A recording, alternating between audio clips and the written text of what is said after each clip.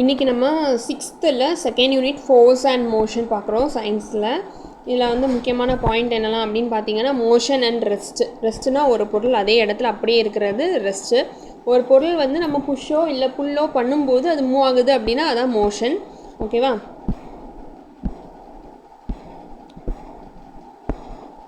Next இதெல்லாம் நமக்கு தேவையில்லை. ஓகே, பாருங்கள், இந்த போட் எக்ஸாம்பிள் பார்த்துக்காங்க சும்மா ஒரு அண்டர்ஸ்டாண்டிங்காக. இப்போ நதியோட பாயிண்ட் ஆஃப் வியூலேருந்து பார்த்தீங்க அப்படின்னா அந்த போட் மூவ் ஆகிட்டுருக்கு. அப்போது அதில் உள்ள மனுஷன் மோஷனில் இருக்கான்னு அர்த்தம். ஆனால் இதே நீங்கள் ஒரு போட்டில் உட்காந்து பார்த்தீங்கன்னா அந்த மனுஷன் அதே இடத்துல தான் இருப்பான், மூவ் ஆக மாட்டான், அவர் ரெஸ்ட்டில் இருக்க மாதிரி இருக்கும். ஸோ அப்போ பாயிண்ட் ஆஃப் வியூ, நம்மளுடைய பாயிண்ட் ஆஃப் வியூக்கு ஏற்ற மாதிரி ரெஸ்ட் அண்ட் மோஷன் வந்து மாறுபடும் அப்படின்னு சொல்கிறாங்க. அப்புறம் மோஷன்னா என்ன அப்படின்னு பார்த்தோம்னா டைமுக்கு ஏற்ற மாதிரி நீங்கள் ஒரு ஆப்ஜெக்ட் மூவ் ஆச்சுன்னா அதுதான் வந்து மோஷன். சரியா?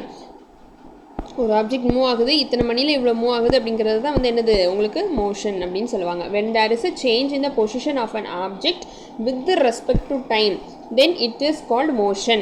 If it remains stationary, it is called rest. சரி, மோஷன் அண்ட் ரெஸ்ட்னா என்னென்னு நம்ம பார்த்துட்டோம். அண்ட் தென் பார்த்தீங்க அப்படின்னா இது எல்லாமே ஓகே. ஆரியபட்டா வந்து என்ன ஆரியபட்டாவும் ஒரு இந்தியன் ஆஸ்ட்ரானமர், அவர் ஏன்ஷியன்ட் இந்தியன் ஆஸ்ட்ரானமர். அவர் என்ன சொல்லியிருப்பார் அப்படின்னு பார்த்தீங்கன்னா the bank of river appears to move back to a person floating. அதாவது ஒருத்தர் வந்து ஒரு போட்டில் போயிட்டுருக்காரு, அவர் முன்னாடி போகும்போது அவருக்கு ரிவர் எல்லாம் பின்னாடி போகிற மாதிரி தெரியும். ஓகேவா? அதே மாதிரி night sky studded with stars appears to move from the east to west so that the earth rotates from west to east. நல்லா பார்த்தீங்கன்னா நம்ம எர்த் வந்து என்ன ஆகும் அப்படின்னு சொல்லி பார்த்தீங்கன்னா வெஸ்ட்லேருந்து ஈஸ்ட் நோக்கி மூவ் ஆகும். ஸோ அதனால் நமக்கு அந்த ஸ்டார் அங்கேயே தான் இருக்குது, நம்ம தான் வெஸ்ட் டு ஈஸ்ட் மூவ் ஆகுறோம். ஆனால் நமக்கு அதை பார்க்கும்போது என்ன ஆகும்னா அந்த star east to west move ஆன மாதிரி இருக்கும், ஆப்போசிட் டைரக்ஷனில் மூவ் ஆன மாதிரி இருக்கும் அப்படின்னு ஆரியபட்டா சொல்லியிருக்காரு. அதுக்கு அவர் எக்ஸாம்பிள் என்ன சொன்னார்னா நம்ம போட்டில் முன்னாடி போகும்போது நமக்கு ரிவர் வாட்டர்லாம் என்ன ஆகும், பின்னாடி போகிற மாதிரி ஒரு மோஷன் தெரியும் அப்படின்னு சொல்கிறாரு. அதுக்கப்புறம் ஃபோர்ஸை வந்து புஷ் ஆர் புல் பண்ணாதான் மூவ் ஆகும் அப்படின்னு சொல்லியிருக்கோம். ஒரு ஆப்ஜெக்டை வந்து புஷ் இல்லைனா புல் பண்ணாதான் மூவ் ஆகும். அந்த push or pull either by an அனிமேட்டாக இருக்கலாம் இல்லை இன்அனிமேட். அதாவது உயிருள்ள பொருள் நம்ம தள்ளலாம், ஒரு புக்கை நம்ம தள்ளலாம்.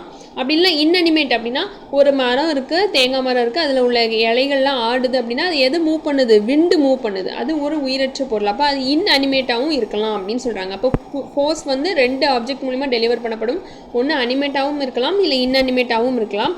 அதுக்கப்புறம் கான்டாக்ட் அண்ட் நான் கான்டாக்ட் ஃபோர்ஸஸாகவும் இருக்கலாம். ஃபோர்ஸஸை ரெண்டாக பிரிக்கிறாங்க, கான்டாக்ட் அண்ட் நான் கான்டாக்ட் ஃபோர்ஸஸ். கான்டாக்ட் ஃபோர்ஸஸ் அப்படின்னா அதே எக்ஸாம்பிள் தான், ஒரு ஃப்ளாக் இருக்குது, அந்த ஃப்ளாக் வந்து மூவ் ஆகுது அப்படின்னா காற்று அதை தொட்டு தான் மூவ் பண்ண வைக்குது. ஆனால் இதே ஒரு தேங்காய் மரத்துலேருந்து தேங்காய் கீழே விழுது அப்படின்னா கிராவிடேஷனல் ஃபோர்ஸ், அது மேலே எந்த ஒரு டச்சுமே பண்ணல, பட் அது வந்து மூவ் ஆகுது. அதுதான் கான்டாக்ட் அண்ட் நான் கான்டாக்ட் ஃபோர்ஸ். அந்த ஃபோர்ஸை வந்து ரெண்டாக பிரிக்கிறாங்க, ஒன்று அனிமேட் அண்ட் இன்அனிமேட் ஃபோர்ஸஸ்ன்னு பிரிக்கலாம், இல்லை கான்டாக்ட் அண்ட் நான் கான்டாக்ட் ஃபோர்ஸஸ்ன்னு பிரிக்கலாம். ஓகேவா? நெக்ஸ்ட்டு ஃபோர்ஸ் நம்ம கொடுக்கறதுனால ஒரு ஆப்ஜெக்ட்க்கு என்ன மாதிரியான சேஞ்சஸ்லாம் வரும் அப்படின்னு பார்க்குறோம்.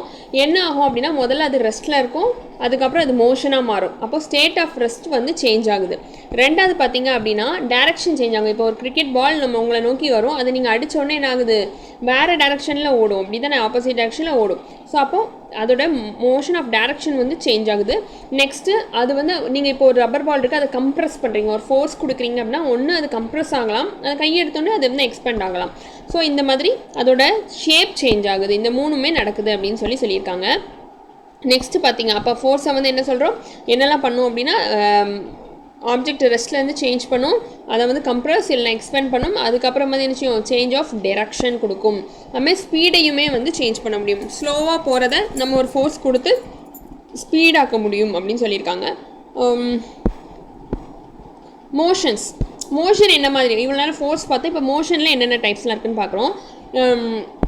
இதில் கொடுத்த எக்ஸாம்பிளே பாருங்கள், ஒரு பென்சிலை நீங்கள் ஷார்ப்னரில் போட்டு சுற்றிக்கிட்டே இருக்கீங்கன்னா அது ரொட்டேட்ரி மோஷன். ஏன்னா அதோட ஓன் ஆக்சிஸை சுற்றிட்டுருக்கு. நம்ம பூமி அதையே அது சுற்றும், அதை என்ன சொல்லுவோம், நம்ம ரொட்டேஷன் சொல்கிறோம்.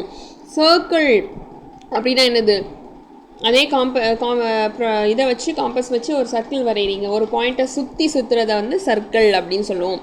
தேர்ட் வந்து ஸ்ட்ரெயிட் லைன், ஸ்ட்ரெயிட்டாக லீனியர் மோஷன். ஃபோர்த் வந்து back and fro oscillatory motion அப்படின்னு சொல்லியிருக்காங்க. இது போக வேறு எந்த மாதிரி கர்விலீனியர் மோஷன், ஒரு ஏரோப்ளைனையோ இல்லை ஒரு பாலையோ நீங்கள் தூக்கி ஸ்ட்ரைட்டாக தான் போடுவீங்க, ஆனால் அது கரெக்டாக கர்வ் ஆகி போய் விழும், அதை கர்விலீனியர் மோஷன் சொல்லுவோம். ஒரு பி இல்லைனா busy peoples in a street, இவங்கெல்லாம் எப்படி நடப்பாங்க, முன்ன பின்ன அங்கே இங்கேன்னு எல்லா டேரக்ஷன்லையும் போயிட்டு வருவாங்க, இது ஜிக்ஸாக் மோஷன் அப்படின்னு சொல்கிறாங்க. சரி, அப்போ linear motion, curvilinear motion, circular motion, rotatory motion, oscillatory motion, zigzag motion. இப்போது இந்த ஆசிலேட்டரி மோஷனில் ஒரு சின்ன வேரியேஷன் என்னென்னா, ஆசிலேட்டரி மோஷன் என்ன, ஒரு பர்டிகுலர் டைம் பீரியடில் அது போன இடத்துக்கு திரும்ப வரும், இதுதான் ஆசிலேட்டரி மோஷன். இப்போ ஒரு எலாஸ்டிக் இல்லை ஒரு ரப்பர் பேண்டை வந்து நல்லா ஸ்ட்ரெச் பண்ணிட்டு சென்டரில் நீங்கள் ஸ்ட்ரோக் பண்ணிங்க அப்படின்னா நல்ல ஷேக் ஆகும். அப்போ இந்த ஆசிலேஷனே ரொம்ப ஃபாஸ்ட்டாக நடந்துச்சு அப்படின்னா அது பேர் தான் வந்து என்னது, vibration. Okay, next periodic and நான் பீரியாடிக் மோஷன்ஸ் அப்படின்னு பார்க்குறோம். பீரியாடிக்னா ஒரு பர்டிகுலர் டைம் பீரியடில் அது வந்து நடக்கும், அதுதான் வந்து பீரியாடிக் மோஷன் அப்படின்னு சொல்லுவாங்க. ஃபார் எக்ஸாம்பிள், நம்ம எர்த் வந்து சன்னை சுற்றி வர்றதுக்கு ஒரு பர்டிகுலர் டைம் பீரியட் இருக்கு இல்லையா, அப்போ அது வந்து பீரியாடிக் மோஷன் அப்படின்னு சொல்லுவாங்க. நான் பீரியாடிக் மோஷன்னா எந்த ஒரு பர்டிகுலர் டைம் பீரியடும் இல்லாமல் அது பாட்டுக்கு மூவ் ஆகுறத நான் பீரியாடிக் மோஷன் அப்படின்னு சொல்லுவாங்க. ஓகேவா? இப்போது பீரியாடிக் மோஷன்ஸ் அப்படின்னு பார்க்கும்போது, இப்போ ஒரு பெண்டுலம் எடுக்கிறீங்க, அதுவும் ஒரு பீரியாடிக் மோஷன் தான், பர்டிகுலர் டைமில் முன்ன பின்ன போயிட்டு வரும், ஆனால் அதே நேரம் அது ஒரு ஆசிலேட்டரி மோஷன் கூட. அப்போது பார்த்திங்கன்னா எல்லா ஆசிலேட்டரி மோஷனும் கண்டிப்பாக பீரியாடிக் மோஷனாக தான் இருக்கணும், ஏன்னா அதுக்கு ஒரு டைம் இன்டர்வல். ஆனால் எல்லா பீரியாடிக் மோஷனும் ஆசிலேட்டரி மோஷன்னு சொல்ல முடியுமா? முடியாது. ஏன்னா எர்த்து வந்து சன்னை சுற்றி வருது, அது வந்து ஆசிலேஷன் கிடையாது இல்லையா, இட்ஸ் சர்க்கிள்ஸ், ஆனால் அது ஒரு பீரியாடிக் மோஷன். ஸோ அதனால் இதுலேருந்து என்ன சொல்கிறாங்கன்னு பார்த்தீங்கன்னா, இந்த டூ யூ நோ பாக்ஸில் ஆல் ஆசிலேட்டரி மோஷன்ஸ் ஆர் பீரியாடிக்கா, but not all periodic motions are oscillatory அப்படின்னு சொல்கிறாங்க. அப்புறம் ஃபாஸ்ட் அண்ட் ஸ்லோ ரெண்டு விஷயத்தை கம்பேர் பண்ணிங்கன்னா நம்ம எது ஃபாஸ்ட்டாக போகுது எது ஸ்லோவாக போகுதுன்னு பார்க்கலாம். அதுக்கு நம்ம என்ன தேவை அப்படின்னா ஸ்பீடு கேல்குலேட் பண்ணணும். ஸ்பீடை எப்படி கேல்குலேட் பண்ணுவீங்க? Distance travelled by time taken, இதான் இதோட ஃபார்முலா. டிஸ்டன்ஸ் ட்ராவல்டு சின்ன சின்ன சம்ஸ் மாதிரி கொடுத்துருக்காங்க. Distance travelled by time taken, அதை பார்த்திங்கன்னா நம்ம ஒரு காரில் போகும்போது எத்தனை ஸ்பீடில் போகிறாங்க அப்படின்னா 200 km/h 100 km/h அப்படி தான் வந்து கேல்குலேட் பண்ணுவாங்க, பர் ஹார் அப்படின்னு கேல்குலேட் பண்ணுவாங்க. ஓகேவா? அதோட எஸ்ஐ